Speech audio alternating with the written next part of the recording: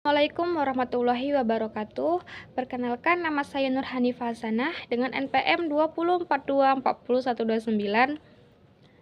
Baiklah, saya akan menjelaskan tentang konsep bimbingan dan konseling di SD. Bimbingan dan konseling di SD adalah pernyataan bantuan untuk peserta didik, baik secara individu maupun kompleks, agar mampu mandiri dan berkembang secara optimal dalam bidang pengembangan kehidupan pribadi, kehidupan sosial, kemampuan belajar, dan perencanaan karir berdasarkan norma-norma yang berlaku. Ada beberapa konsep penting bagi pengertian bimbingan konseling dalam lingkungan sekolah. Yang pertama itu, bimbingan mempunyai tujuan yang efektif, akan dimudahkan pencapaiannya kesejahteraan mental dan kebahagiaan. Dan yang kedua itu, bimbingan adalah bantuan atau pelayanan yang diberikan secara sukarela tanpa pelaksanaan kepada individu. Keberhasilan dan kelancaran bimbingan melakukan pelaksanaan yang kompeten. Yang ketiga itu adalah bimbingan proses yang berlangsung dalam jangka waktu panjang, dilaksanakan secara sistematis, terencana, berprogram, dan evaluatif. Sugio DKK 1987.214 menyatakan bahwa ada fungsi bimbingan dan konseling, yaitu fungsi penyaluran.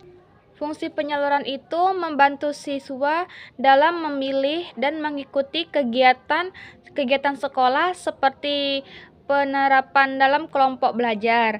Dan yang kedua itu fungsi penyesuaian, membantu siswa menyesuaikan diri secara pribadi serta mengatasi masalah dan kesulitan. Dan yang ketiga itu fungsi adaptasi, membantu guru menyesuaikan program belajar dengan kebutuhan, minat, dan kemampuan siswa berdasarkan data yang diberikan oleh bimbingannya. Pengertian konseling. Konseling itu proses belajar bareng antara dua orang, konselor dan klien, yang terjadi dalam suatu sosial. Konselor punya bidang keahlian psikologi dan tugasnya membantu klien supaya bisa nemui solusi atas masalahnya sendiri dengan keputusan yang datang dirinya sendiri.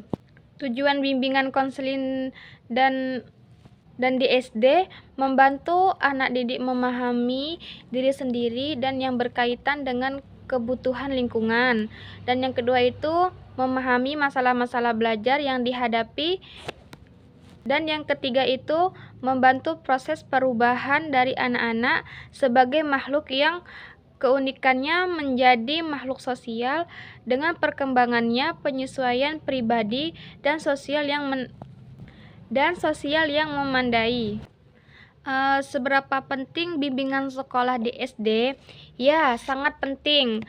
Bimbingan konseling di SD sangat penting. Ini bukan cuma soal anak-anak yang bermasalah di usia SD. Kalau nggak ada bimbingan yang bisa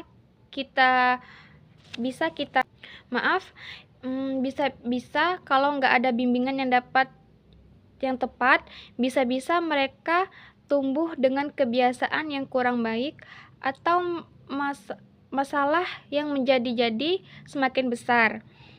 Bimbingan dan konseling di SD itu dapat membantu anak kenal dirinya sendiri, menjaga dan menangani masalah sejak dini.